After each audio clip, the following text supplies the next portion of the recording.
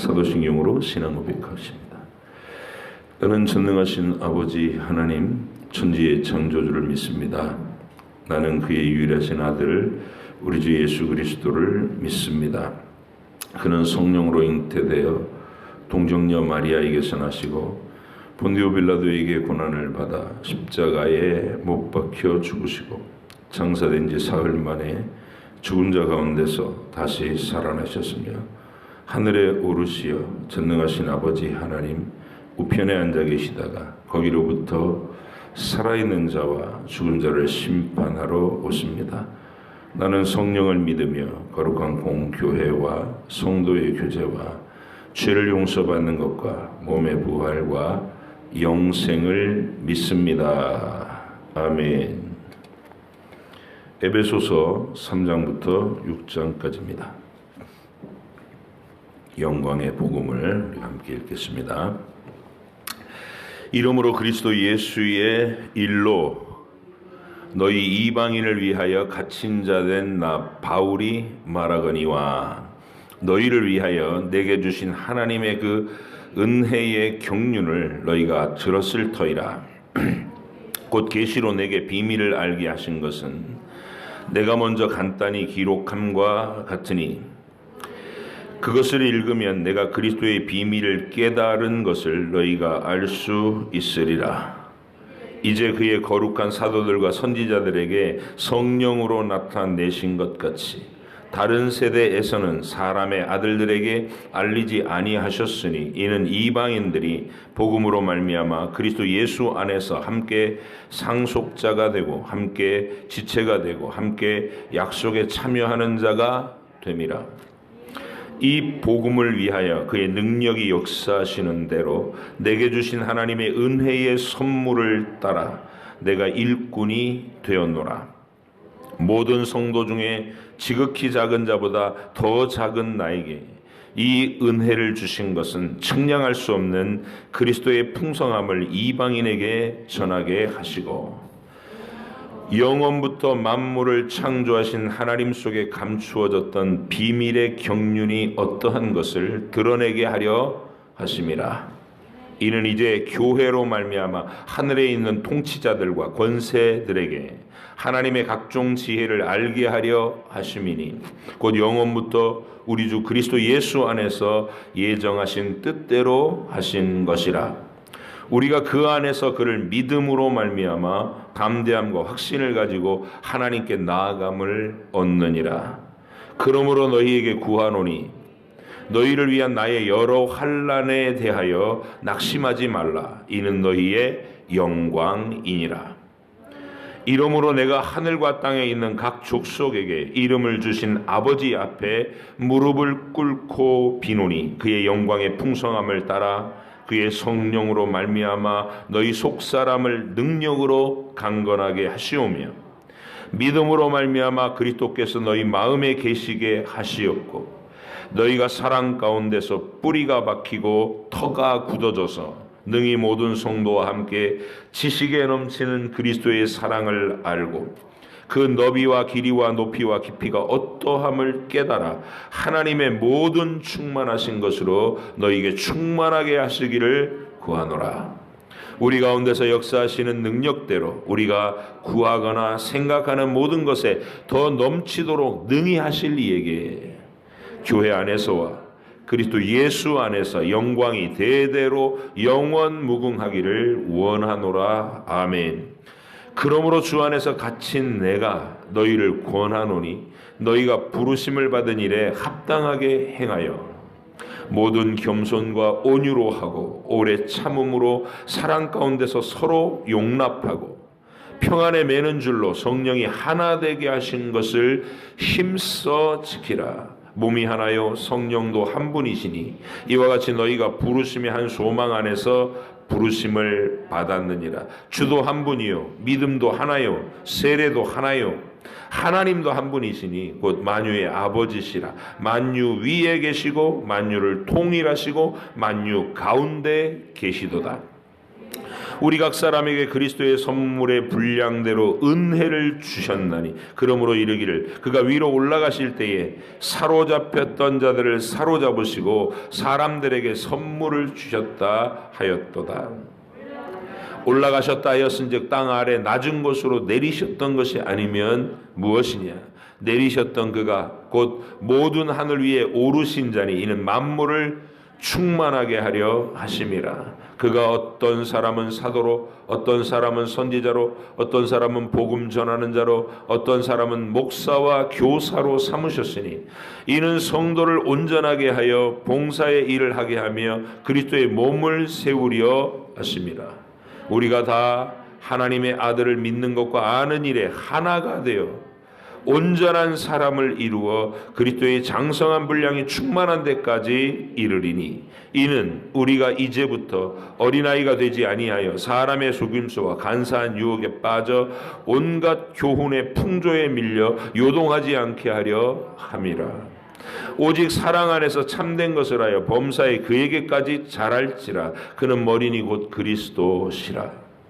그에게서 온 몸이 각 마디를 통하여 도움을 받음으로 연결되고 결합되어 각 지체의 분량대로 역사하여 그 몸을 자라게 하며 사랑 안에서 스스로 세우느니라. 그러므로 내가 이것을 말하며 주 안에서 증언하노니 이제부터 너희는 이방인이 그 마음에 허망한 것으로 행함같이 행하지 말라. 그들의 총명이 어두워지고 그들 가운데 있는 무지함과 그들의 마음이 굳어짐으로 말미암아 하나님의 생명에서 떠나 있도다. 그들이 감각 없는 자가 되어 자신을 방탕에 방임하여 모든 더러운 것을 욕심으로 행하되 오직 너희는 그리스도를 그같이 배우지 아니하였느니라. 진리가 예수 안에 있는 것 같이 너희가 참으로 그에게서 듣고 또한 그 안에서 가르침을 받았을진데 너희는 유혹의 욕심을 따라 썩어져가는 구습을 따르는 옛사람을 벗어버리고 오직 너희의 심령이 새롭게 되어 하나님을 따라 의와 진리의 거룩함으로 지으심을 받은 새 사람을 입으라. 그런즉 거짓을 버리고 각각 그 이웃과 더불어 참된 것을 말하라. 이는 우리가 서로 지체가 됨이라. 분을 내어도 죄를 짓지 말며 해가 지도록 분을 품지 말고 마귀에게 틈을 주지 말라. 도둑질하는 자는 다시 도둑질하지 말고 돌이켜 가난한 자에게 구제할 수 있도록 자기 손으로 수고하여 선한 일을 하라. 무릇 더러운 말은 너희 입 밖에도 내지 말고 오직 덕을 세우는 데 소용되는 대로 선한 말을 하여 듣는 자들에게 은혜를 끼치게 하라. 하나님의 성령을 근심하게 하지 말라. 그 안에서 너희가 구원의 날까지 인치심을 받았느니라. 너희는 모든 악독과 노함과 분냄과 떠드는 것과 비방하는 것을 모든 악의와 함께 버리고 서로 친절하게 하며 불쌍히 여기며 서로 용서하기를 하나님이 그리스도 안에서 너희를 용서하심과 같이 하라. 그러므로 사랑을 받은 자녀같이 너희는 하나님을 본받는 자가 되고 그리스도께서 너희를 사랑하신 것 같이 너희도 사랑 가운데서 행하라. 그는 우리를 위하여 자신을 버리사 향기로운 제물과 희생 제물로 하나님께 드리셨느니라. 음행과 온갖 더러운 것과 탐욕은 너희 중에서 그 이름조차도 부르지 말라. 이는 성도에게 마땅한 바니라. 누추함과 어리석은 말이나 희롱의 말이 마땅치 아니하니 오히려 감사하는 말을 하라. 너희도 정녕 이것을 알거니와 음행하는 자나 더러운 자나 탐하는 자 곧 우상 숭배자는 다 그리스도와 하나님의 나라에서 기업을 얻지 못하리니 누구든지 헛된 말로 너희를 속이지 못하게 하라. 이로 말미암아 하나님의 진노가 불순종의 아들들에게 임하나니 그러므로 그들과 함께하는 자가 되지 말라.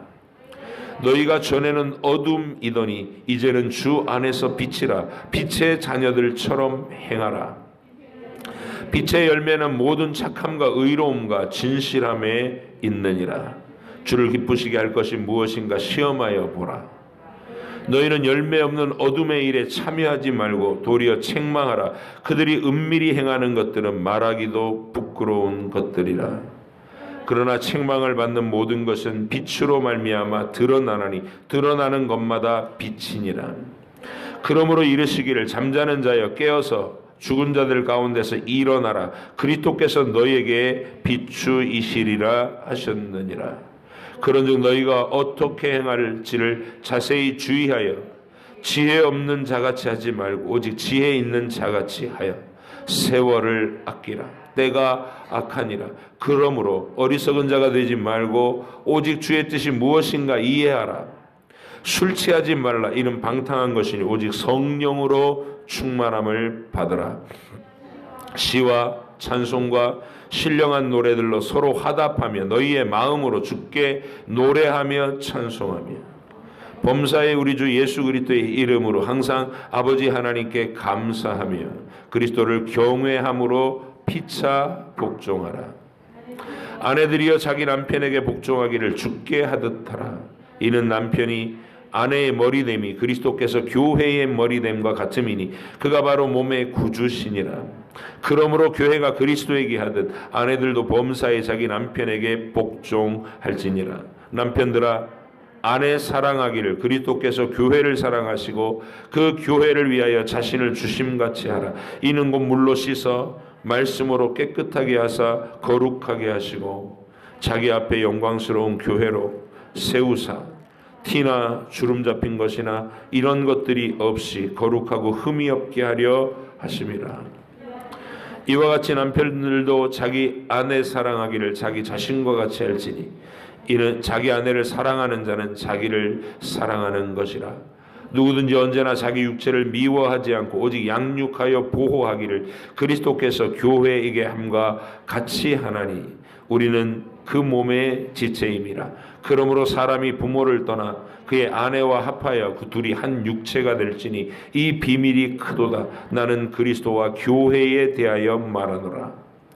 그러나 너희도 각각 자기 아내 사랑하기를 자신같이 하고 아내도 자기 남편을 존경하라. 자녀들아 주 안에서 너희 부모에게 순종하라. 이것이 옳으니라. 내 아버지와 어머니를 공경하라. 이것은 약속이 있는 첫 계명이니 이로써 네가 잘되고 땅에서 장수하리라. 또 아비들아 너희 자녀를 노엽게 하지 말고 오직 주의 교훈과 훈계로 양육하라. 종들아 두려워하고 떨며 성실한 마음으로 육체의 상전에게 순종하기를 그리스도께 하듯 하라. 눈가림만 하여 사람을 기쁘게 하는 자처럼 하지 말고 그리스도의 종들처럼 마음으로 하나님의 뜻을 행하고 기쁜 마음으로 섬기기를 주께 하듯 하고 사람들에게 하듯 하지 말라. 이는 각 사람이 무슨 선을 행하든지 종이나 자유인이나 주께로부터 그대로 받은 줄 알미라. 상전들아 너희도 그들에게 이와 같이 하고 위협을 그치라. 이는 그들과 너희의 상전이 하늘에 계시고 그에게는 사람을 외모로 취하는 일이 없는 줄 너희가 알미라. 끝으로 너희가 주 안에서와 그 힘의 능력으로 강건하여지고 마귀의 관계를 능히 대적하기 위하여 하나님의 전신갑주를 입어라. 우리의 씨름은 혈과 육을 상대하는 것이 아니요 통치자들과 권세들과 이 어둠의 세상 주관자들과 하늘에 있는 악의 영들을 상대함이라. 그러므로 하나님의 전신갑주를 취하라. 이는 악한 날에 너희가 능히 대적하고 모든 일을 행한 후에 서기 위함이라. 그런즉 서서 진리로 너희 허리띠를 띠고 의의 호심경을 붙이고 평안의 복음이 준비한 것으로 신을 신고 모든 것 위에 믿음의 방패를 가지고 이로써 능히 악한 자의 모든 불화살을 소멸하고 구원의 투구와 성령의 검 곧 하나님의 말씀을 가지라. 모든 기도와 간구를 하되 항상 성령 안에서 기도하고 이를 위하여 깨어 구하기를 항상 힘쓰며 여러 성도를 위하여 구하라. 또 나를 위하여 구할 것은 내게 말씀을 주사 나로 입을 열어 복음의 비밀을 담대히 알리게 하옵소서 할 것이니 이 일을 위하여 내가 쇠사슬에 매인 사신이 된 것은 나로 이 일에 당연히 할 말을 담대히 하게 하려 하심이라.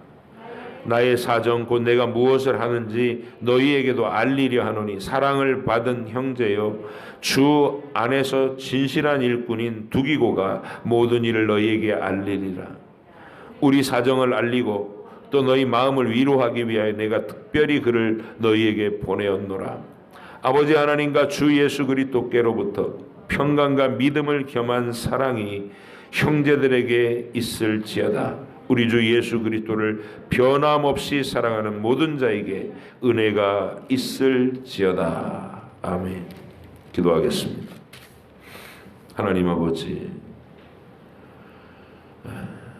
태초부터 선지자들의 시대에 미리 예고하시고 예수님의 십자가와 부활로 구원의 실체를 이루시고 그리고 새하늘과 새 땅으로 완성될 그 영광스러운 비전까지 사도 바울이 하나님께서 주신 구원의 실체를 감격스럽게 바라보며 그 풍성한 은혜를 이 짧은 지면에 압축하여 표현하고 있는 이 말들을 우리가 새겨서 읽고 되새겨 묵상하고 우리 삶에 끊임없이 적용하고, 그래 바울이 에베소서를 쓸 그 목적 그대로 우리가 하나님의 은혜 안에서 성장하여 하나님의 은혜의 깊고 넓고 풍성하신 그 깊이와 넓이와 높이를 깨달아서 그리스도의 장성한 분량에까지 자라나는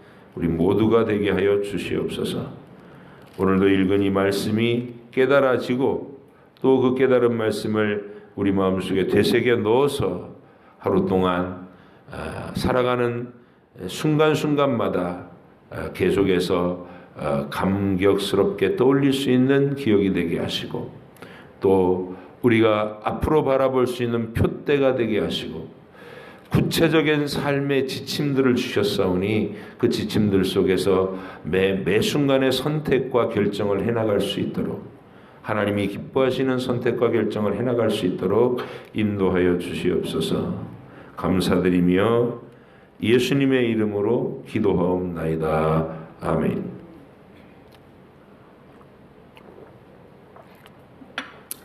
오늘 읽은 부분에서 사도 바울이 한 3번 정도 얘기하는 것 같아요. 갇힌 자 된 나, 복음을 위하여, 또 너희를 위하여 갇힌 자 된 바울, 이렇게 표현을 계속하고 있습니다.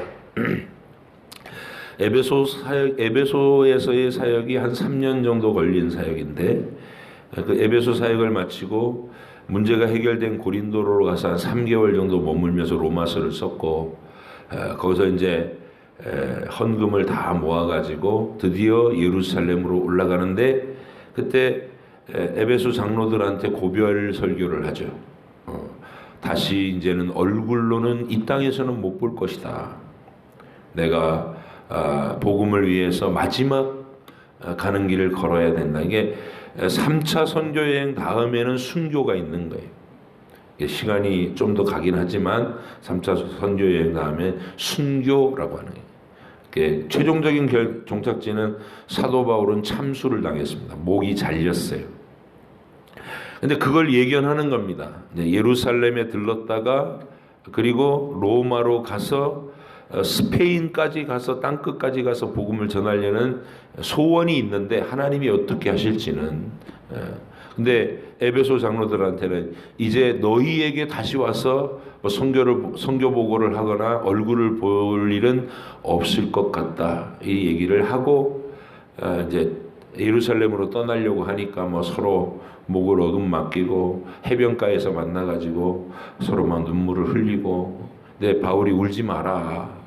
우리가 다시 만날 소망이, 영원한 하늘에서 다시 만날 소망이 있는데 왜 그렇게 슬퍼하냐 이러면서 담대하게 에베소 교회를 잘 다스려주고 또 성도들을 양육해 주기를 에베소 장로들에게 부탁을 한 거예요. 지도자들에게. 그리고 예루살렘에 올라간 일을 아시죠? 그래서 막 폭동이 일어났고 천부장이 바울을 이게 로마 시민권자라고 이제 얘기하니까 바울을 보호해갖고 총독관저, 가이사랴에 있는 총독관저에 임시 보호 겸 구금을 한 거예요. 근데 총독과 베스도 그 총독과 아그리파 왕 이런 유대나 로마의 그 고관들이 바울을 자꾸 접견하면서 이게 무슨 범죄를 한 사람은 아니에요. 특별히 이 사람이 고상하고 진실하고 뭔가 위엄이 있고 교양도 있고, 그래서 함부로 대하지 않고 바울의 얘기를 자꾸 청해서 들어요. 그 속에는 이제 혹시 돈을 줄까? 이런 생각으로. 근데 바울은 그 재판이 이루어지지 않고 그냥 지루하게 시간이 가는 2년간 그렇게 끌었어요. 구금 상태에서.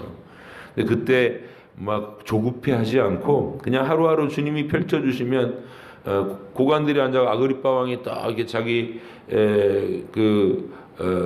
내연 관계인 친동생 버니게하고 둘이 앉아가지고 바울을 자기들이 심판하겠다고 어디 한번 드러나 보자. 바울이 그 앞에서 담대하게 또 복음을 전하고 자기가 왜 핍박하던 자로서 예수님을 믿게 됐는지 간증도 하고, 이게 가이사랴 총독관저에서 2년 동안 보낼 때 한 일인데, 그 2년 동안의 구금 상태에서 이 에베소, 빌립보, 골로새를 썼을 수도 있고, 그죠? 이미 에베소사에 다 마친 상태였으니까. 그리고 이제 배를 타고 압송되고 유라굴로라는 태풍 만나고 중간에 멜리데 섬에 상륙했다가 로마로 가서 로마 한 셋집에서 가택연금 상태로 또 2년 동안 찾아오는 사람들에게 복음을 전하는 장면으로 우리가 바울의 마지막 장면은 그렇게 끝나는 거예요. 순교까지는 사도행전에서 기록하지는 않고. 그래서 이쪽 가이사랴 쪽에 그쪽에서 2년 있을 때 썼는지 아니면 로마의 가택연금 상태에서 이 에베소를 썼는지 어쨌든 어딘가에 갇혀 있다고 얘기하는 거예요. 쇠사슬에 묶였다, 갇혀 있다.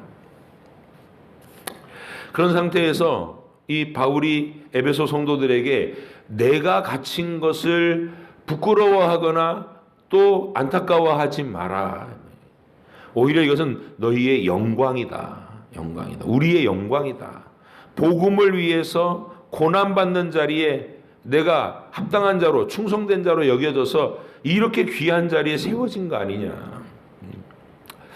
이제 한 나라의 왕으로서도요, 또 교회를 운영할 때도 그래요. 교회를 이끌어갈 때도 가장 험한 곳, 사람마다 거기다 딱 세워놓으면은 막 넌더리를 내면서 몇 개월 못 버티고 저 못하겠어요 이러는 자리. 근데 그런 자리에 고민이 많죠. 누구나 다 폼나고 사람들이 막 박수 쳐주고 잘한다, 멋있다 이런 소리를 듣는 자리도 있어요. 교회 일 중에서도. 그런 자리에는 서로 가고 싶어하죠. 서로 하고 싶어하고 한 번 들어가면 절대 안 놓고 꿀보직이니까. 근데 아무도 알아주지 않죠. 고생은 고생대로 해야죠. 때로 조금만 삐끗하면 욕은 들이다 먹죠. 그리고 말할 수 없는 부담을 일주일 내내 고민하고 막 기도하고 신경 쓰고 이래야 되는 자리. 거기가 험지예요, 험지. 근데 거기다가 배치할 사람은 누가 있을까? 이게 고민인 거예요. 근데 정말로 신뢰하고 든든히 믿고, 야, 이 사람은 하나님께 대한 구원의 감격을 갖고 있고 그거를 매일매일 다시 성경을 읽으면서 성경의 내용대로 순종하려고는 몸부림을 치고 있고, 언제 들어봐도 주님께 향한 사랑이 뜨거운 사람이라서 어떤 자리에 갖다 놔도 못하겠어요 이 소리 안 하고 끝까지 기쁨으로 감사함으로 그 자리에 섬기겠구나, 이렇게 신뢰하는 사람을 그 험지에 보내는 거예요. 주님이 베드로도 있고 요한도 있고 야고보도 있고 다 있어요. 근데 베드로한테는 어떤 길을 맡기십니까? 물론 마지막에는 네가 젊어서는 네 마음대로 다니다가 마지막에는 남이 너를 이렇게 원치 않는 곳으로 데리고 갈 것이다. 이렇게 어떤 죽음을 죽을 것인지 맨 마지막은 순교를 당하게 된다는 것을 미리 예고하셨지만, 베드로는 어떤 의미에서는 꽃길을 걸어요. 그렇게 십자가 밑에서 주님을 배반하는 말, 3번이나 저주의 맹세를 하면서 이게 예수님을 세 번째는 저주의 맹세까지 하면서 예수님을 모른다고 했던, 이게 사실은 예수님을 버린 거죠. 가룟 유다하고 다를 바가 거의 없어요. 근데 그랬던 그를 그 부끄럽고 또 인성도 그렇게 고상하고 깊지도 못해요. 그냥 오 이래갖고 막 에너지가 넘쳐서 나서는 거 좋아하고 나쁜 말로 하면 설치는 거 좋아하고 이게 베드로거든요. 근데 그 베드로가 안디옥 교회 이방인 교회에 자기가 고넬료 경험도 있으니까 하나님이 일부러 베드로한테 환상 중에 3번이나 보여주시면서 주께서 깨끗하게 하신 것을 네가 왜 더럽다 하느냐 이러면서 이방인을 만나게 주선까지 하셨잖아요. 고넬료 가족을. 그러니까 그런 경험을 가진 사람이니까 이제 이방인 1호 교회인 안디옥 교회 거기 방문을 한 거예요. 수석 사도 자격으로. 그래서 이방인 성도들에게 또 베드로가 얼마나 인기가 많았습니까? 처음부터 한번 설교하면 3,000명, 또 한번 기적을 일으키고 설교하니까 막 5,000명 이랬던 유명 인사거든요. 그러니까 안디옥 교회, 이방인 교회, 안 그래도 예루살렘 교회의 수장인 베드로 그러면서 명성이 자자하니까 얼마나 막 자기 방문을 하신다니 얼마나 기대했겠어요. 그래서 그 베드로하고 같이 식탁에 앉아 식사를 하는 그걸 굉장히 기쁘고 감격스럽게 생각했을 거예요. 안디옥 교회 형제들은. 그런데 유대에서 극렬분자 할례를 주장하고 이방인하고 같이 유대인이 섞이는 것을 막 못마땅해 하는 사람들, 야고보가 보냈다고 사칭하는 자들이 안디옥 교회에 도착했다는 소식을 듣고 베드로가 식사하던 자리에서 슬그머니 내빼요. 바나바도 그 통에 같이 휩쓸려 갖고 같이 내빼고. 우리가 읽어보면 그러고 나서 바울에게 그 내용을 가지고서 호통을 당하죠. 까마득한 후배인데 바울이 대선배인 베드로를 공개 석상에서 불러놓고 당신이 유대인으로서 유대인답지 않게 행동하고 사도로서 사도답지 않게 행동하면서 무슨 교훈을 하느냐 이러면서 막 야단을 쳤어요. 베드로가 물론 훌륭한 점이 있죠. 그거를 예수님한테 혼났을 때도 나중에 진실하게 회개했고, 그리고 바울에게 그렇게 혼을 나고도 사실은 굴욕감을 느낄 수 있는 책망이잖아요. 그런데 훗날에 바울의 사도권을 인정하고 그가 쓰는 편지가 성경과 동일한 권위를 있다고 인정하는 그런 점에서는 훌륭해요, 베드로가. 그런데 어쨌든 우리가 생각하는 인성으로 막 정말 고매하고 진중하고 이런 면은 없어요. 그런 베드로의 꽃길, 하나님이 걷게 하셨던 유명하고 박수받고 환영받는 그런 꽃길과는 정반대되는 길이 사도 바울이 가는 길이에요. 가는 데마다 분란이 일어나고, 가는 데마다 매맞고, 또 가는 데마다 옥에 갇히고, 억울한 소리를 듣고, 또 세운 교회에서마저 배척당하고, 끊임없이 거짓 교사들이 세우는 그 교회들을 뒤흔들어서 아슬아슬하게 넘어갈까봐 조마조마하고, 이게 보통 스트레스가 아닌 거예요. 어느 정도 스트레스였냐면 매맞고 감옥에 갇히고 굶고 춥고 헐벗은 것은 그냥 쉬운 일에 속해. 교회 때문에 맨날 노심초사하는 게 그 긴 선교 인생에서 하루도 편할 날이 없었다는 게 그게 바울의 고통이었어요. 그런데 바울이 그 자리에 세워진 이래로 한 번도 하나님 못하겠어요 이 소리를 안 해요. 왜냐하면 나는 살인자였다. 나는 살인자였다. 마땅히 주님이 벼락을 내려서 죽이셔도 할 말이 없는 자였는데 내가 심판받아 마땅한 죄인이었다는 의식이 뚜렷하게 있는 거예요.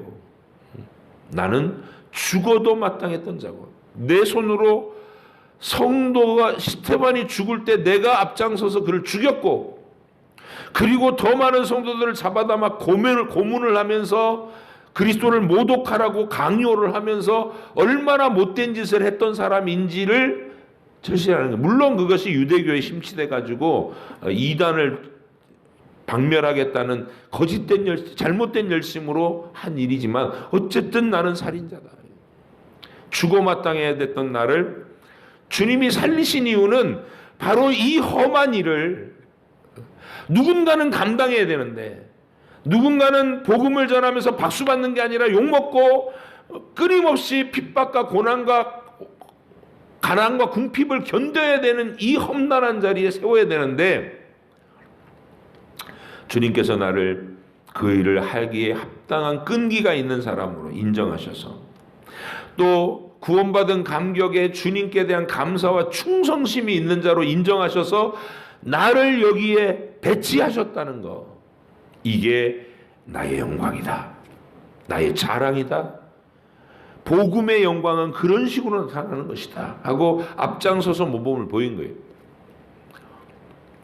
얼마나 많은 하나님의 사명을 받은 사람들이 사도 바울을 따르고 싶어 합니까? 우리 주님의 십자가의 길을 진정으로 그대로 표현하면서 따라간 사람은 사도 바울이라는 거예요. 어떤 자리에서도 불평하지 않고 그 모진 핍박과 고난과 비방과 조롱을 다 소화시켜내면서 끝까지 그곳에, 하나님이 세우시는 곳에 항상 있었던 사람.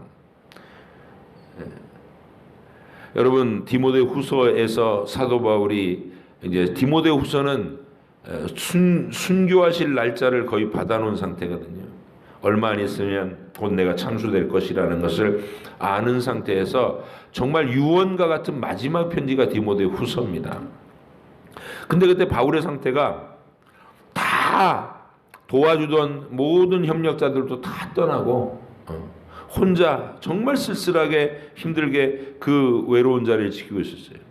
누가만이 끝까지 그 옆에 있었고, 그런 쓸쓸함의 마지막을 맞이하고 있으면서도 결코 우울하게 가라앉아 버리지 않은 사람.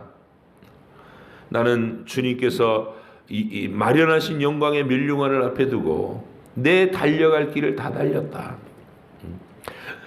땅에서는 단 한순간도 내게 편한 시간을 주시지 않았지만 그것을 견디고 인내한 나에게 영광의 면류관을 예비하고 계신 주님을 바라본다. 그게 디모데후서에서 바울의 고백입니다.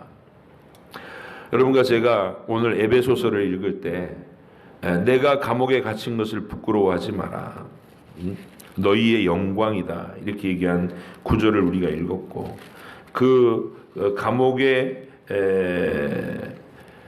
13절 워딩이 그래요. 3장 13절. 그러므로 너희에게 구하노니 너희를 위한 나의 여러 환난에 대하여 낙심하지 마라, 이는 너희의 영광이니라, 이렇게 얘기합니다. 그리고 이제 실제로 복음에 대해서 이렇게 묘사하는 바울의 이 부분은 아주 웅장해요. 굉장히 시적이면서도 함축적이면서도 단어 하나하나까지도 아주 선별해서 골라가지고 한 문장을 읽으면 막 가슴이 뭉클뭉클해지는 그런 내용으로 구원을 이야기해요. 첫 장부터 그랬었죠. 예. 하늘에 있는 신령한 복으로 그리스도 예수 안에서 우리에게 복 주시려고 창세전에 예정하시고 그걸 나타내셨고, 이제 새하늘과 새 땅 그리스도의 이름 앞에 통일된 그 우주와 만물에 우리를 참여하게 하실 것이라는 원대한 그 이야기 전체 그림을 짧은 말 속에 한꺼번에 다 표현하는 거예요. 이사야가 66장이라고 하는 엄청난 분량으로 웅장하게 펼쳤던 거를 에베소서 1장에서는 사도 바울이 함축적으로 쫙 줄여가지고 요약해서 한 번에 보여주는, 그게 에베소서 1장이었어요. 그리고 2장에서는 그는 허물과 죄로 죽었던 너희를 살리셨도다 그러면서 너희가 세상의 권세자를 쫓고 세상에 속이는 영을 따라 불순종의 아들들 가운데 역사하는 영을 따라서 살았던 그 부끄럽고 어두웠던 시대, 긍휼에 풍성하신 하나님이 허물로 죽었던 너희를 그리스도와 함께 살리셨다, 막 이런 아주 영광스러운 복음의 가치를 우리에게 일깨워주고 있었어요. 오늘 3장에서는 이방인의 사도가 된 그 하나님의 구원의 경륜, 그런 것들을 쭉 얘기하시면서 자기의 겸손함을 얘기해요. 가장 작은 자라 표현해요. 3장에서 8절, 모든 성도 중에 지극히 작은 자보다 더 작은 나에게. 이 은혜를 주신 것은 측량할 수 없는 그리스도의 풍성함을 이방인에게 전하게 하시고 영원부터 만물을 창조하신 하나님 속에 감추었던 비밀의 경륜을 어떠한 것을 드러내려 함이라. 나한테 그거 시키셨다 이 말인데, 모든 성도 중에 지극히 작은 자보다 더 작은 나, 바울이 사실 작지는 않죠. 그가 구약의 성경을 정말 능숙하게 배우고 율법 학자가 됐고 바리새인의 열정으로는 유대인들 중에 당연히 타의 추종을 불허할 수 있는 독보적인 존재였어요. 능력이 있고 뛰어난 사람이었죠, 학자로서. 그런데 그가 성도보다 지극히 작은 자보다 더 작다라고 얘기하는 것은, 나는 원래는 대적자였다, 적군이었다, 적군. 사살해야, 하나님의 명령으로 사살당하고 참수당해야 마땅했던 나다. 그런 살인자인 나를 주님이 친히 찾아오셔서 만나주시고 나에게 이방인의 사도가 돼서 하나님의 영원한 경륜의 비밀을 드러내라고 일을 맡긴 것이다. 거기에 대한 사명감, 책임감으로 나는 지금 이 길을 가고 있다. 그래서 내가 당하는 여러 환난에 대해서 너희가 낙심하지 마라, 우울해하지 마라. 그건 오히려 복음의 영광이다, 이렇게 얘기하고 있어요.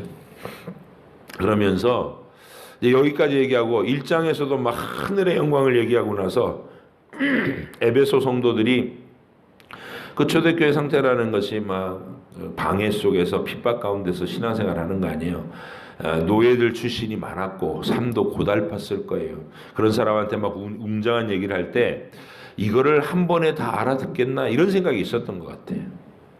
1장을 얘기하고 나서 바울이 긴 기도를 합니다. 하나님, 너희의 눈을 열어주셔서 하나님의 그 은혜의 넓이와 높이와 깊이를 알게 하시고 막 이런 간절한 기도를 하시는데, 이 3장에 와서도 또 영광스러운 복음을 얘기하고 나서 14절부터 또 기도를 하는 거예요. 이러므로 내가 하늘과 땅에 있는 모든 각 족속에게 이름을 주신 아버지 앞에 무릎을 꿇고 비노니, 뭘 비는? 그의 영광의 풍성함을 따라 그의 성령으로 말미암아 너희 속사람을 능력으로 강건하게 하시오며 믿음으로 말미암아 그리스도께서 너희 마음에 계시게 하고 너희가 사랑 가운데 뿌리가 박히고 터가 굳어지게 하고 능히 모든 성도와 함께 지식에 넘치는 그리스도의 사랑을 알고 그 너비와 길이와 높이와 깊이가 어떠함을 깨달아 하나님의 충만한 것으로 너희를 충만하게 하시기를 구하노라.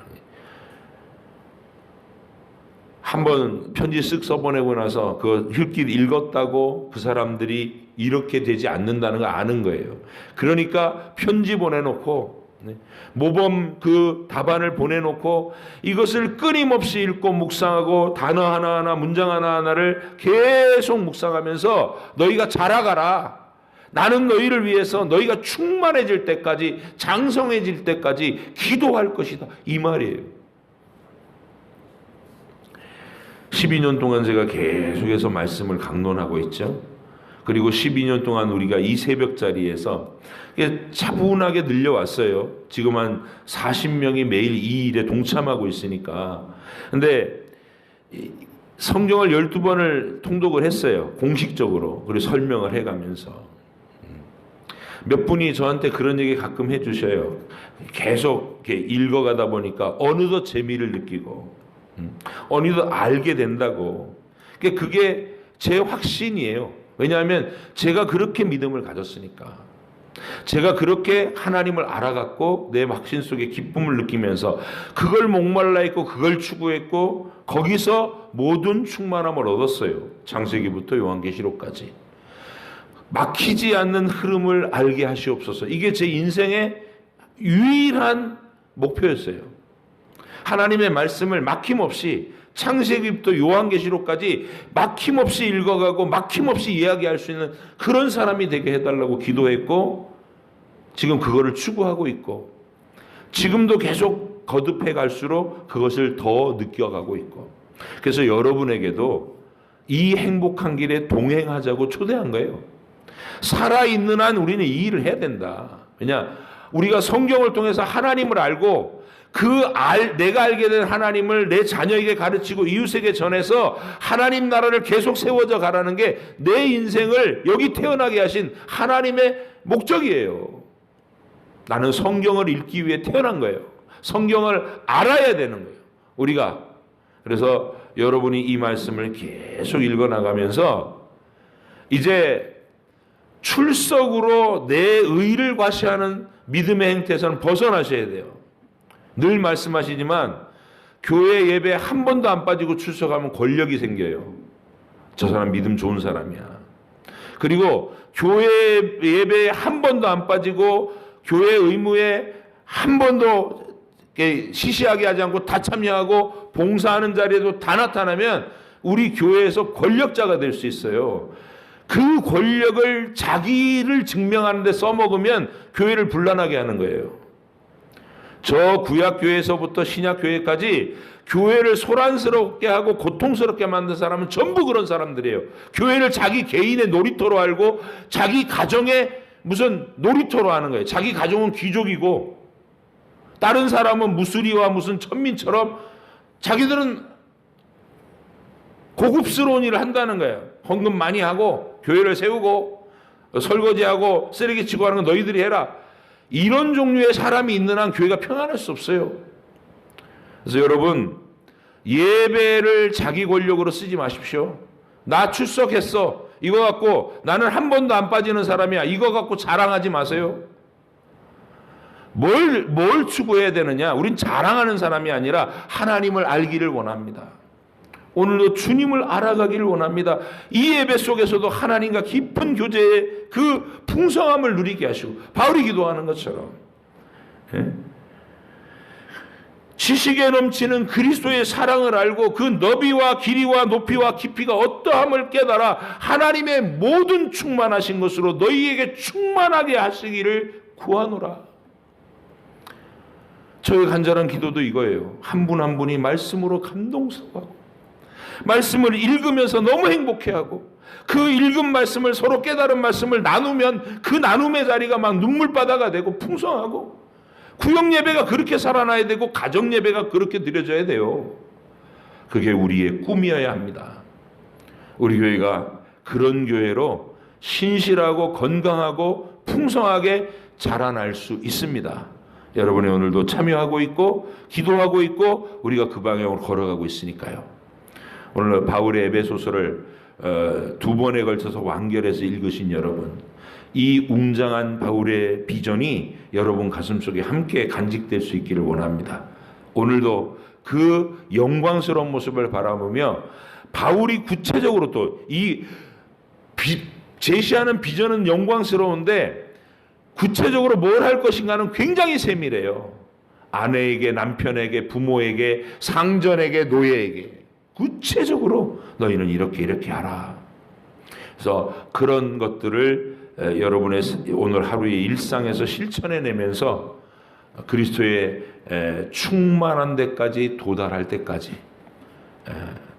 게으름 피지 않고 열심히 흘러가는 우리 모두가 되기를 간절히 바랍니다. 기도하겠습니다. 하나님 아버지 감사합니다. 새벽 이 시간이 가장 컨디션이 좋은 시간이 되도록 주님, 우리가 저녁 시간을 절제하고 일찍 자고 정말 맑은 정신으로 주님 말씀을 읽을 때마다 이 말씀을 감격스럽게 깨닫고 또 그 흥분과 감격으로 하루를 용기 있게 출발하고 어떤 일이 상황을 만나도 당황하지 않고 하나님과 소통하면서 그 문제를 해결해 나가면서 하나님이 기뻐하시는 때대로 하루하루의 행적을 이루어가는 우리가 되게 해 주시옵소서. 그리고 그 마지막은 그리스도의 장성한 분량, 하나님의 충만한 데까지 도달하는 우리가 다 되게 해 주시옵소서. 감사드리며 예수님의 이름으로 기도합니다. 아멘.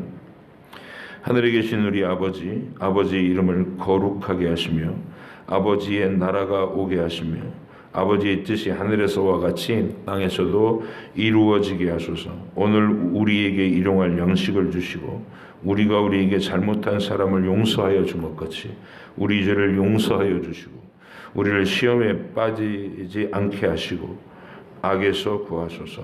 나라와 권능과 영광이 영원히 아버지의 것입니다.